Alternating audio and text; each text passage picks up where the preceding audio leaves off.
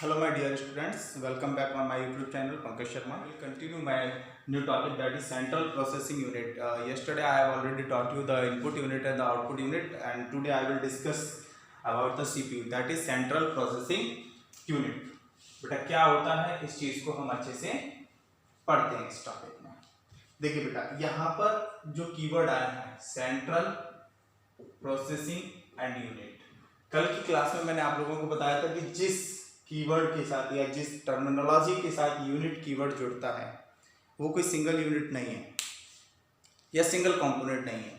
उसके साथ बेटा क्या क्या है, ये यूनिट है तो यूनिट मीन्स मल्टीपल कंपोनेंट से मिलके ये यूनिट तैयार की जाती है।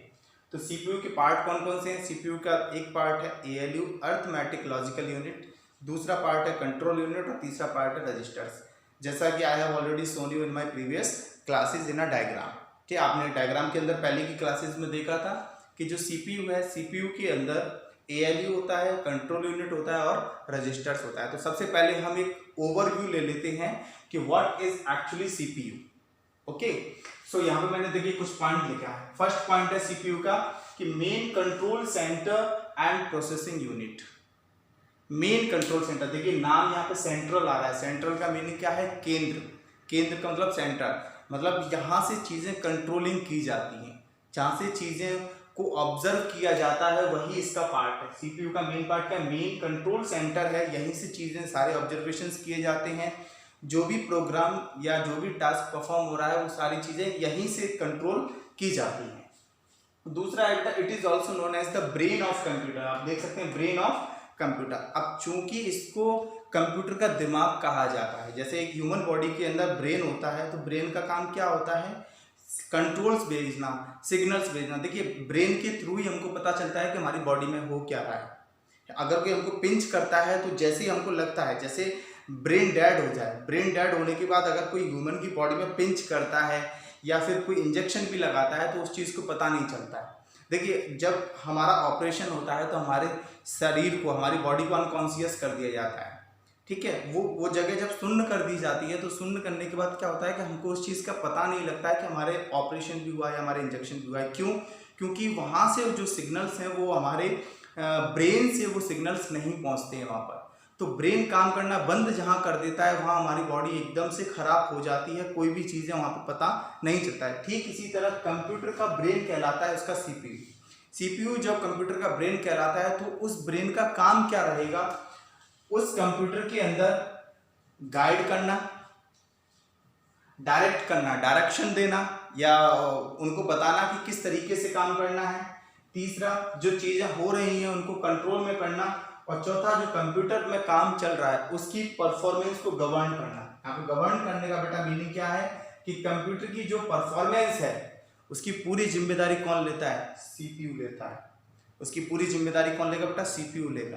कंप्यूटर की कंप्लीट जो जिम्मेदारी है परफॉर्मेंस की, कि परफॉर्मेंस अच्छी आ रही है या फिर खराब आ रही है। खराब आ रही है किसकी वजह से आ रही है? सीपीयू की वजह से आ रही है। अगर सिस्टम की परफॉर्मेंस अच्छी आ रही है किसकी वजह से आ रही है? सीपीयू की वजह से आ रही है। तो both the things that is govern by the CPU only. तो बेटा एक ये छोटा सा ब्रीफ था सीपीयू के बारे में। सीपीयू क्या है कि CPU is the main central control unit and the processing unit. It is also known as the brain of the computer, and it guide, it direct, it control and it govern the performance of a system. This is the overview of central processing unit. अब unit ये है कि इसके part कौन कौन से हैं, एक इंडिविजुअल पार्ट। सीपीयू किन किन चीज़ों से मिलके बनता है वो पार्ट्स को देखते हैं हम। सीपीयू बेटा जो है एएलयू,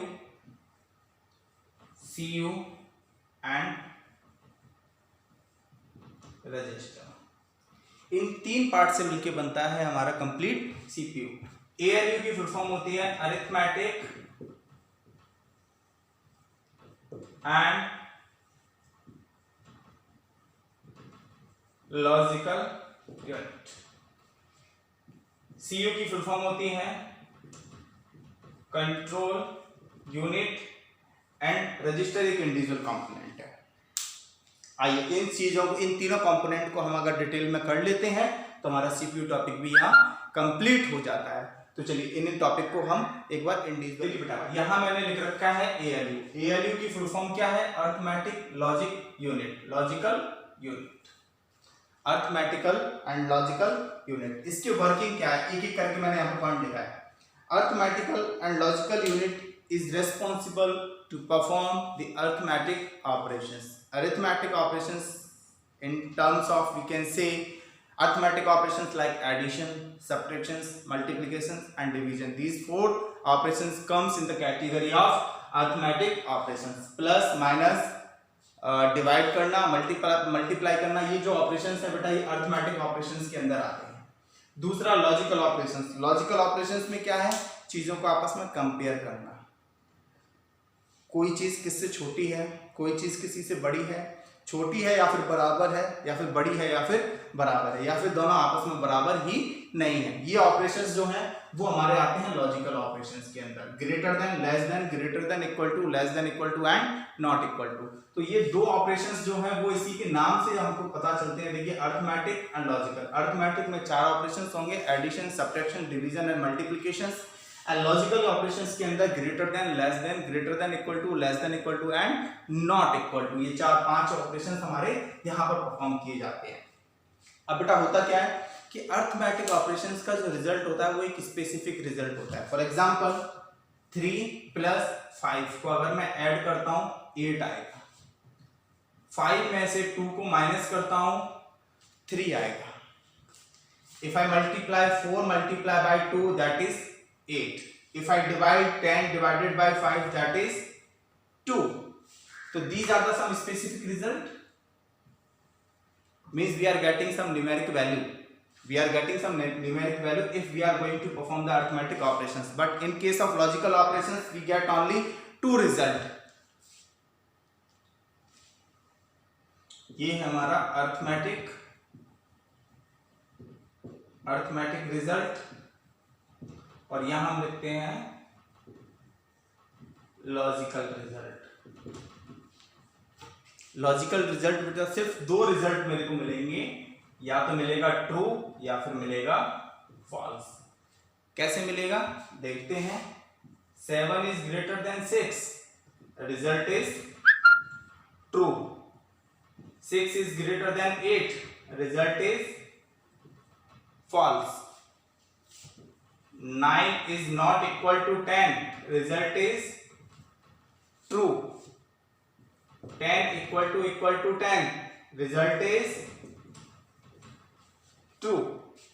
तो यहाँ देखा, यहाँ जितना भी हम ऑपरेशंस लगाएंगे लॉजिकल ऑपरेशंस, यहाँ पे हमको रिजल्ट सिर्फ जो मिलने वाला है वो या तो ट्रू मिलेगा या फिर फॉल्स मिलेगा। थर्ड रिजल्ट हमको यानी नहीं मिलेगा। लेकिन अर्थमेटिक रिजल्ट के केस में बेटा हमको जो रिजल्ट मिलने वाला है वो एक न्यूमेरिक वैल्यू मिलने वाली है। Is that clear? बट अगला टॉपिक है हमारा कंट्रोल यूनिट।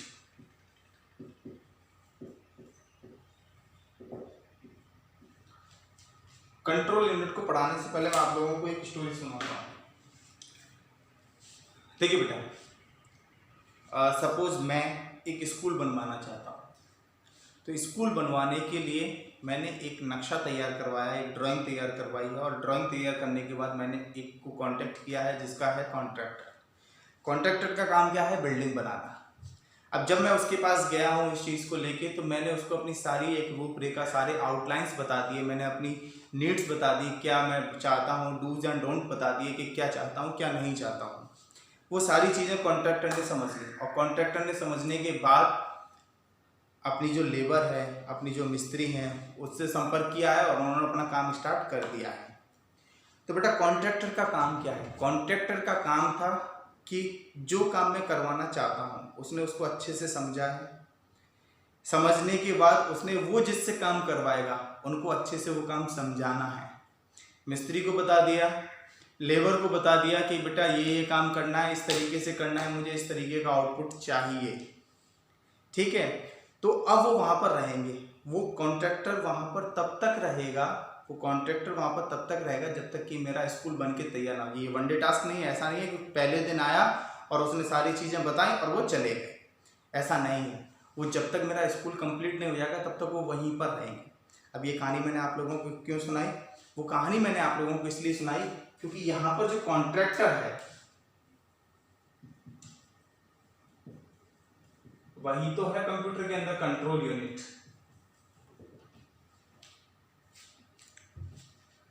और जो ऑनर है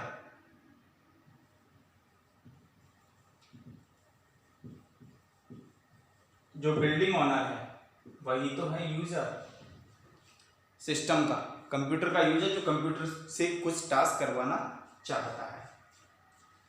अब बेटा यहां से हम चीजें देखिए अब कैसे रिलेट करते हैं। कंट्रोल यूनिट का काम क्या है? कंट्रोल यूनिट का काम है कि जितना भी टास्क कंप्यूटर के अंदर परफॉर्म किया जा रहा है, जो भी प्रोग्राम एग्जीक्यूट हो रहा है, जो भी इंस्ट्रक्शंस एग्जीक्यूट हो रहा है, उसको अच्छे तरीके से एग्जीक्यूट करवाए, उसको तब तक एग्जीक्यूट करवाना है, तब तक उसको इंटरप्रेट करना है जब तक कि डिजायर्ड आउटपुट ना मिल जाए। जैसे कॉन्ट्रैक्टर का काम क्या था कि वो जब तक मिस्त्री और कारीगर को समझाता रहेगा जब तक कि डिजायर्ड स्कूल, जिस तरीके का स्कूल वो ऑनर चाहता है, वो स्कूल ना बन जाए। ठीक इसी तरीके से कंट्रोल यूनिट का काम क्या था? कंट्रोल यूनिट का काम नाम से ही पता चल रहा है कि ये यूनिट है वो पूरी कंट्रोलिंग का चार्ज इसी के ऊपर रहता है। कंट्रोलिंग का चार्ज कैसे कि कोई भी इंस्ट्रक्शंस आया, सपोज बेटा यहां पर हमारी मेमोरी है, यहां पर ALU है, और मेमोरी और ALU के बीच में होता है बेटा कंट्रोल यूनिट। मेमोरी के अंदर जो फीड है वो है हमारे सारे इंस्ट्रक्शंस, या फिर सेट ऑफ इंस्ट्रक्शंस जिनको हम प्रोग्राम भी कहते हैं। तो बेटा मेमोरी के अंदर हमारी फीड है इंस्ट्रक्शंस, या फिर मल्टीपल इंस्ट्रक्शंस हो सकते हैं तो उनको हम सेट ऑफ इंस्ट्रक्शंस भी कहते हैं, और सेट ऑफ इंस्ट्रक्शंस का एक कॉम्बिनेशन है, एक कमांड नेम होता है जिसको हम प्रोग्राम बोलते हैं। ठीक है बेटा, अब ये प्रोग्राम यहाँ पर एग्जीक्यूट होना है। अब एग्जीक्यूट किसकी हेल्प से होगा? ALU की हेल्प से। या तो इसमें अरिथमेटिक ऑपरेशंस होंगे या फिर लॉजिकल ऑपरेशंस होंगे, तो ALU परफॉर्म करेगा उन चीजों को। लेकिन मेमोरी और ALU के बीच में जो कंट्रोलिंग का काम करेगा वो कौन करेगा बेटा? CU करेगा। CU का काम क्या होगा? मेमोरी से इंस्ट्रक्शंस को फैच कराना, फैच कराने के बाद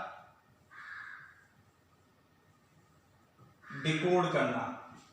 अब डिकोड का मीनिंग क्या है कि इंस्ट्रक्शंस यूजर ने तो अपनी भाषा में लिख दिया, उसको इंग्लिश आती तो इंग्लिश में उसने कीबोर्ड की हेल्प से टाइप करके रख दिया, लेकिन जब कंप्यूटर के पास टास्क जाएगा तो कंप्यूटर उस इंग्लिश लैंग्वेज को नहीं समझेगा। कल की क्लास में मैंने आप लोगों को बताया था कंप्यूटर की जो भाषा होती है वो होती है बाइनरी लैंग्वेज, और बाइनरी लैंग्वेज सिर्फ 2 बिट्स पर काम करती है, 0 और 1 पर। Is that clear? तो CU का काम क्या रहेगा? CU का काम रहेगा उसको डिकोड करना, मींस डिकोड का। अब देखिए कल की क्लास में भी मैंने आप लोगों को बताया था कि जब इनपुट यूनिट से हमने इनपुट दिया तो वो ऑलरेडी कंप्यूटर की लैंग्वेज में डिकोड होके ही कंप्यूटर की लैंग्वेज में कन्वर्ट होके कंप्यूटर के अंदर फीड हुआ। लेकिन ALU को परफॉर्म करने के लिए जिस लैंग्वेज, आप इस चीज को इस तरीके से समझिए कि कॉन्ट्रैक्टर ने, जैसे ऑनर ने अपनी लैंग्वेज में कॉन्ट्रैक्टर को समझा दिया, लेकिन कॉन्ट्रैक्टर और लेबर और मिस्त्री की लैंग्वेज अलग अलग हो सकती है। हो सकता है कि जिस लैंग्वेज में हम लोग बता रहे हैं वो लैंग्वेज में वो ना समझ पाए, तो उनकी लैंग्वेज कुछ डिफरेंट होगी, वो आपस में अपने तरीके से बात करेंगे और कॉन्ट्रैक्टर उनको अपने तरीके से समझाएगा। ठीक है, ठीक उसी तरह CU की जो रेस्पॉन्सिबिलिटी बनती है, CU की रेस्पॉन्सिबिलिटी बनती है मेमोरी से सबसे पहले इंस्ट्रक्शंस को फैच करे, फैच करने के बाद उसको डिकोड करे, डिकोड जिस लैंग्वेज में उसको ALU को प्रोवाइड करना है, और डिकोड करने के बाद ALU को सप्लाई होगी। ALU उसमें अरिथमेटिक एंड लॉजिकल यूनिट की हेल्प से जो भी ऑपरेशन परफॉर्म करना है वो ऑपरेशन परफॉर्म करेगा। परफॉर्म करने के बाद कंट्रोल यूनिट को सेंड करेगा, और कंट्रोल यूनिट वापस उसके रिजल्ट को स्टोर करा देगा किसके अंदर? मेमोरी के अंदर। किसके अंदर बेटा? मेमोरी के अंदर। तो देखिए ये एक साइकिल है, इस साइकिल को बड़े ध्यान से समझना। कंट्रोल यूनिट का काम क्या होता है? कंट्रोल यूनिट का काम होता है एक इंस्ट्रक्शंस मेमोरी से उठाया, मेमोरी से एक इंस्ट्रक्शंस को उठाने के बाद उसको डिकोड किया, डिकोड करने के बाद उसको ALU को सप्लाई किया, ALU ने उसमें जो भी रिक्वायर्ड ऑपरेशंस है वो परफॉर्म किए।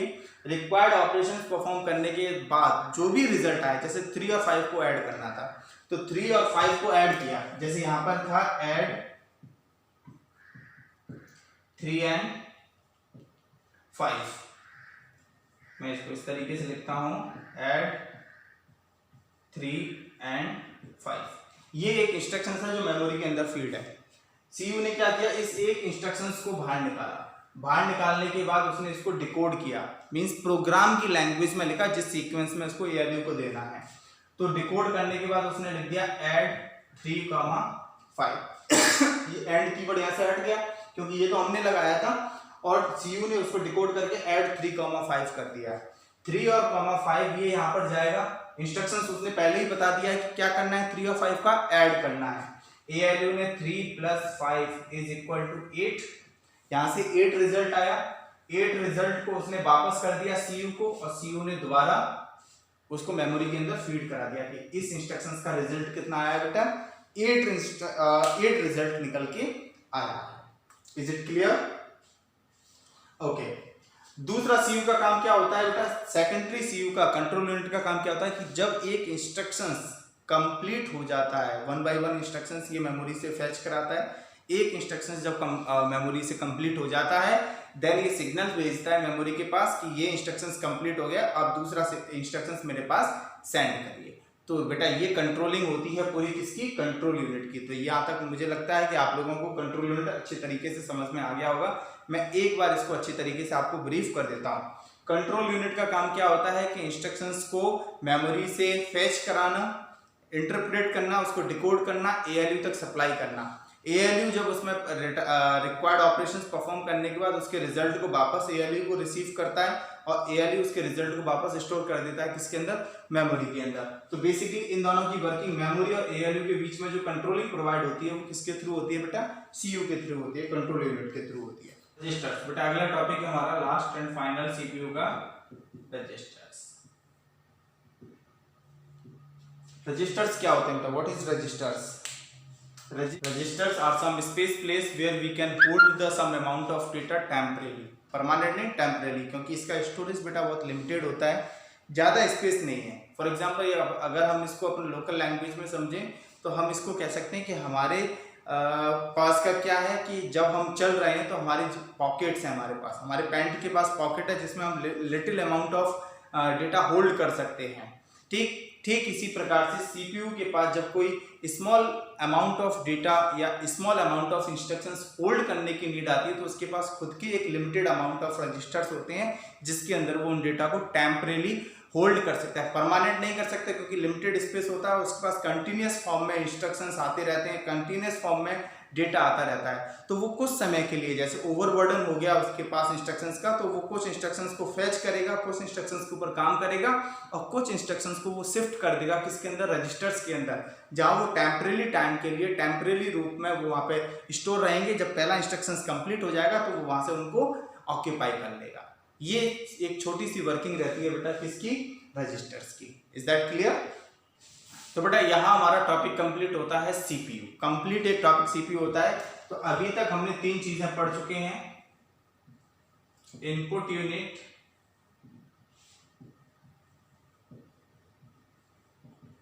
Output unit and then CPU। और CPU के अंदर जो हमने पढ़ा है वो पढ़ा है arithmetical logical unit, control unit and then registers. Is that clear? तो यहाँ हमारा टॉपिक 3 टॉपिक कंप्लीट हो चुके हैं बेसिक कंप्यूटर ऑर्गेनाइजेशंस के। हमारा अगला टॉपिक जो है वो है मेमोरी। तो बेटा देखिए मेमोरी क्या है। चूंकि जैसा कि हमने ये देखा था कि एक ह्यूमन के पास, if a human have a brain, that there is some facility to memorise the things happen in the life. For example अगर हमारे पास ब्रेन है तो हमारे पास ये कैपेबिलिटी भी होनी चाहिए कि हम किसी चीज़ों को सोच सकें, सोचने की भी क्षमता होनी चाहिए, कुछ चीज़ों को याद रख सकें, वो भी चीज़ें होनी चाहिए। तो कंप्यूटर के अंदर भी हमने कहा था कि computer also have a brain, because CPU is also known as the brain of the computer. Is that clear? तो जब सीपीयू कंप्यूटर का ब्रेन है तो उसके पास कुछ अमाउंट ऑफ मेमोरी होना चाहिए, बट कंप्यूटर की जो मेमोरी है वो ह्यूमन की मेमोरी से बिल्कुल डिफरेंट होती है। किस तरीके से होती है कि जैसे आज अगले दिन, इससे पहले मैंने जो वीडियो बनाया था कल, जब मैंने रात को सो गया तो सोने से पहले तक का मतलब पास्ट डे मुझे पूरा कंप्लीट याद है कि कल पूरे दिन भर मेरे साथ क्या हुआ था और मुझे क्या था, मतलब सुबह उठ के क्या किया, दोपहर को क्या किया। इवन मुझे ये भी पता है कि कल मैंने आप लोगों को कौन सा टॉपिक पढ़ाया था, मैं भूला नहीं हूँ उस चीज़ को। बट बेटा कंप्यूटर के साथ ऐसा नहीं होता। कंप्यूटर अगर एक बार सो गया, और कंप्यूटर के सोने का इन द सेंस, कंप्यूटर के सोने का मतलब है कि कंप्यूटर अगर एक बार हमने ऑफ कर दिया तो ऑफ करने के बाद उसको चीज़ें याद नहीं रहती, डेटा इरेज हो जाता है उसका। तो कंप्यूटर की memory, computers memory is not like a human memory. Is that clear? तो कंप्यूटर की मेमोरी एक हमारी मेमोरी की तरह नहीं होती है, उसकी मेमोरी कुछ अलग तरीके की होती है। तो इसकी मेमोरी का जो कैटेगराइजेशन है बेटा, दो तरीके की इसकी मेमोरी होती है, RAM and ROM. RAM and ROM. RAM का मीनिंग होता है बेटा रैंडम एक्सेस मेमोरी, और रोम का मतलब होता है read only memory. Random access memory and read only memory. अब बेटा इन दोनों चीज़ों को पढ़ने से पहले आप लोगों को एक चीज़ समझनी होगी कि कंप्यूटर की मेमोरी किस फॉर्म में होती है। बेसिकली कंप्यूटर के अंदर जितना भी डेटा फीड किया जाता है वो बिट्स की फॉर्म में किया जाता है। मैं आपको लोगों को बार बार ये चीज़ें बता रहा हूँ क्योंकि जब कंप्यूटर का डेटा जब फीड किया जाता है तो वो बार बार बिट्स की फॉर्म में किया जाता है, और बिट्स क्या है, 0 और 1 की फॉर्म में किया जाता है। तो बेटा मेमोरी के अंदर स्टार्ट करने से पहले आप लोग इस डायग्राम को देखिए। बेसिकली कंप्यूटर की मेमोरी है वो किन चीज़ों से मिलके बनती है, वो बनती है बेटा सेल से मिलके। कंप्यूटर की मेमोरी सेल से मिलके बनती है, और सेल्स बनते हैं बेटा बिट्स से मिलके। मीन सेल्स का जब छोटे छोटे पार्ट्स में जब इनको डिवाइड किया जाता है तब बनता है बिट्स, और बिट्स जो है वो या तो 0 होगा या फिर 1 होगा। आप कह सकते हैं यहाँ 0, ये 0, ये 1, ये 1, ये 0, ये 0, ये 1 और ये 1। तो बेटा ये क्या है, ये इंडिविजुअल बिट्स हैं। ये क्या है, इंडिविजुअल बिट्स हैं। मीन्स 8 बिट मिलके कोई एक वर्ड बना है, ये कोई एक वर्ड बना है जो बिट्स से मिलके बना है। तो 8 बिट्स जब मिलते हैं तब बनता है बेटा एक बाइट। ठीक, तो इसका सीक्वेंस कैसे है, सबसे छोटी यूनिट, मेमोरी की सबसे छोटी यूनिट होती है बेटा बिट्स। बिट्स से बड़ा होता है बाइट, बाइट से बड़ा होता है किलोबाइट, किलोबाइट से बड़ा होता है मेगाबाइट, और मेगाबाइट से बड़ा होता है बेटा गीगाबाइट, गीगाबाइट से बड़ा terabyte, then petabyte, then exabyte and then zettabyte. ये इस तरीके का सीक्वेंस होता है। तो हर एक बड़ा यूनिट होता है। Higher memory unit is just equal to the 2 की पावर 10 लोअर यूनिट।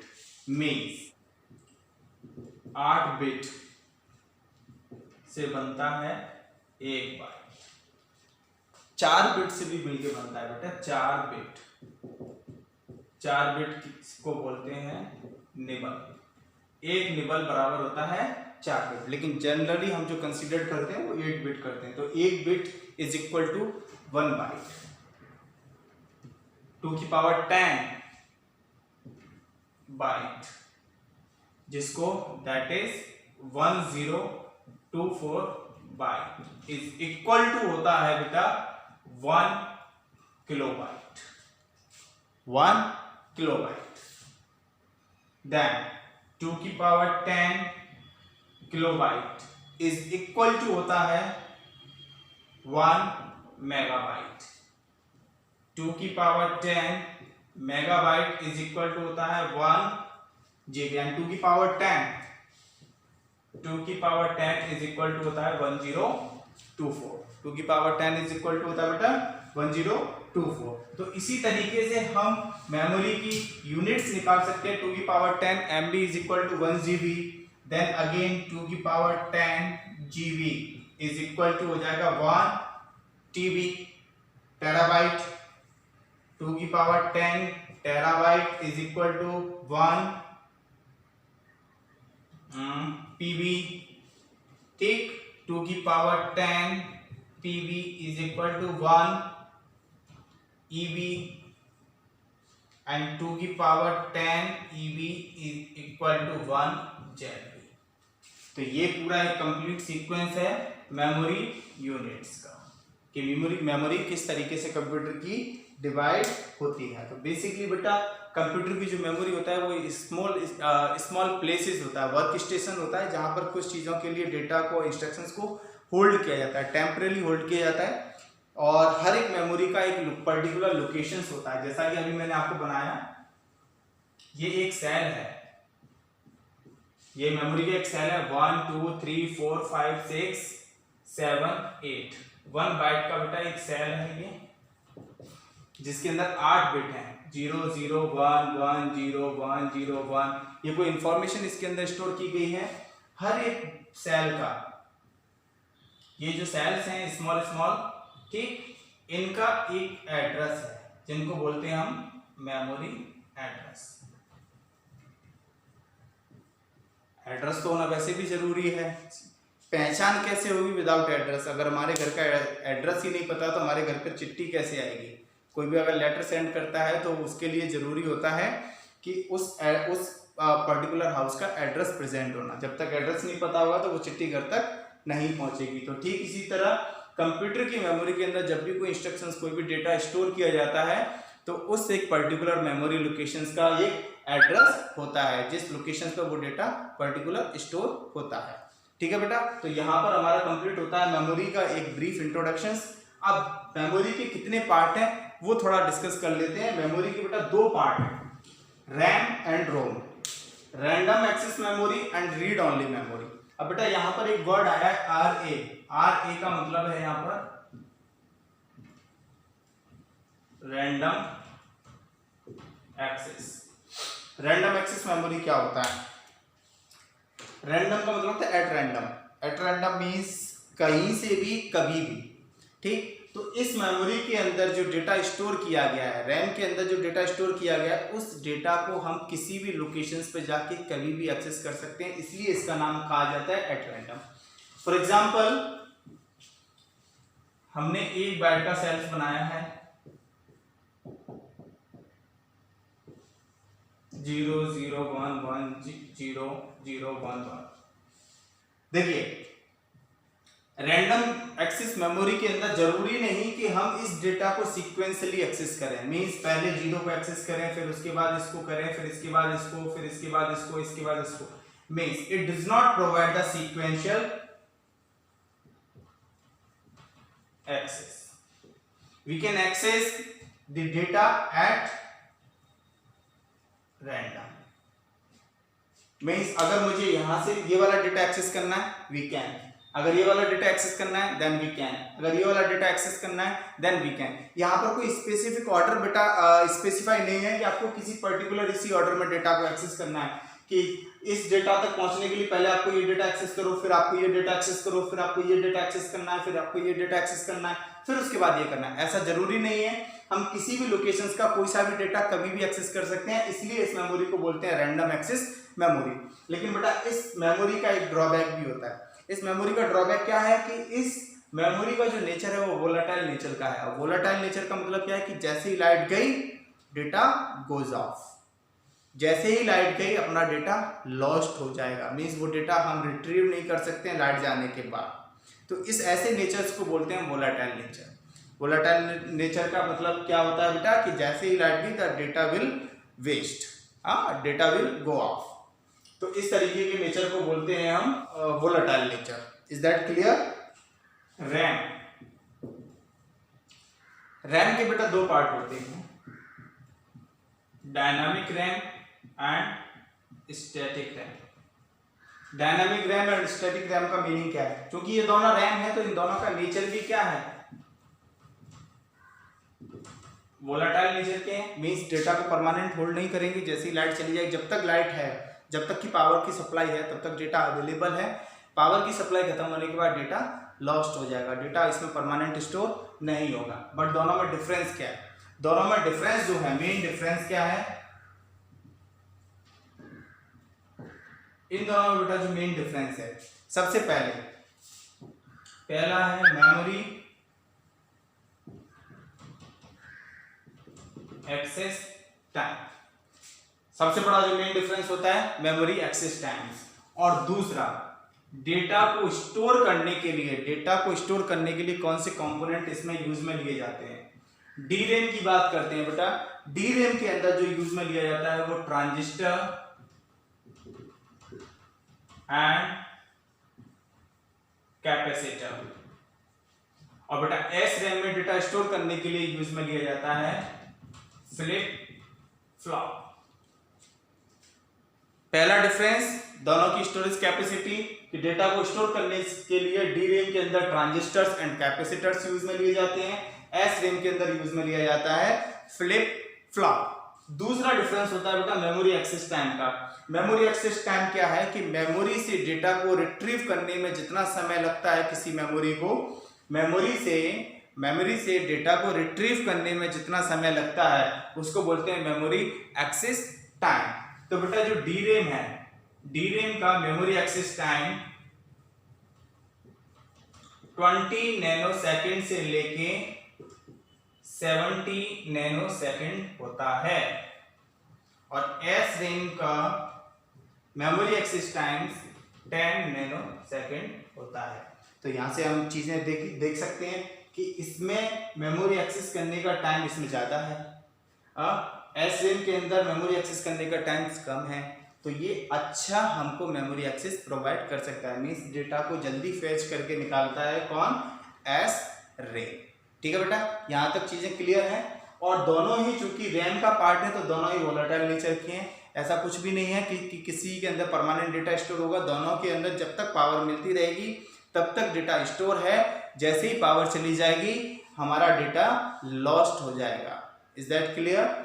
दूसरा हमने डिफरेंस जो बताया है वो डीरैम के अंदर ट्रांजिस्टर्स और कैपेसिटर्स यूज में आते हैं डेटा को होल्ड करने के लिए, एस रैम के अंदर फ्लिप फ्लॉप आते हैं। तीसरा जो डिफरेंस है बेटा मेमोरी एक्सेस टाइम का है। डीरैम का मेमोरी एक्सेस टाइम 20 नैनोसेकंड से लेके 70 नैनोसेकंड तक हो सकता है और एस रैम का 10 नैनोसेकंड होता है। तो बेस्ट मेमोरी एक्सेस टाइम जो हमको प्रोवाइड करता है वो S RAM, static random access memory provide करता है। तो यहाँ बेटा हमारा कंप्लीट होता है रैम। अगला टॉपिक है हमारा रोम। रैम की बात का टॉपिक है बेटा अपना ROM. As the name implies it is read only memory, so we can not alter the data that is particular saved in the ROM. ROM के अंदर जो डेटा जो भी इंफॉर्मेशन सेव की गई वी कैन नॉट ऑल्टर, उसके अंदर हम चेंज नहीं कर सकते। तो किस तरीके का डेटा है बेटा जो रोम के अंदर सेव किया जाता है? मैन्युफैक्चरर द्वारा कंप्यूटर की जितनी भी इंफॉर्मेशन होती है, बायोस की इंफॉर्मेशन होती है, वो सारी सेव की जाती है रोम के अंदर, ताकि यूजर उस डेटा को अपने हिसाब से चेंज ना कर सके, उसमें कोई भी ऑल्टरेशन ना कर सके। तो इस बेसिस पे बेटा जो रोम होती है उसका नेचर होता है नॉन वोलेटाइल नेचर का। लाइट आने से लाइट के जाने से कोई फर्क नहीं पड़ता। जो डेटा एक बार इसके अंदर सेव हो गया, जो इसके अंदर फीड हो गया, वो परमानेंट सेव रहता है। तो बेटा रोम की कैटेगरी में 3 तरह की रोम हमको देखने को मिलती है। Programmable read only memory, EPROM, erasable programmable read only memory, and third होता है EEPROM, electrical erasable programmable read only memory. बेटा जो पी रोम होता है प्रोग्रामेबल रीड ओनली मेमोरी, इसी को हम जनरली रोम के नाम से बोलते हैं। जब भी हम रोम की बात कर रहे होते हैं जनरली हम पी रोम की बात कर रहे होते हैं। इन दोनों के अंदर कोई डिफरेंस नहीं है, एक दूसरे के सिनोनिम्स हैं। इसके अंदर क्या बेटा कि जब इस टाइप की जो रोम को प्रोग्राम्ड किया जाता है वो पी रोम प्रोग्रामर के थ्रू किया जाता है। वो एक फैसिलिटी का नाम होता है जिसको पी रोम प्रोग्रामर बोलते हैं। उसके थ्रू इस चिप को डिजाइन किया जाता है। जब ये चिप डिजाइन हो जाती है तो इस चिप के अंदर जितना भी डेटा स्टोर किया गया है वो डेटा कभी भी चेंज नहीं हो सकता है, इसलिए ये नॉन वोलेटाइल नेचर का होता है और इसी को हम बोलते हैं ROM. Erasable programmable read only memory के अंदर क्या होता है बेटा कि इस पी रोम के अंदर जब चिप डिजाइन की जाती है तो इसके डेटा को हम एक अल्ट्रावायलेट रे के थ्रू क्या करते हैं, डेटा को इरेज कर सकते हैं। डेटा के अंदर हम चेंजेस कर सकते हैं, इसका ऑल्टरेशन कर सकते हैं और फिर दूसरा डेटा इसके अंदर फीड कर सकते हैं। तो इसलिए इसको बोलते हैं erasable programmable read only memory.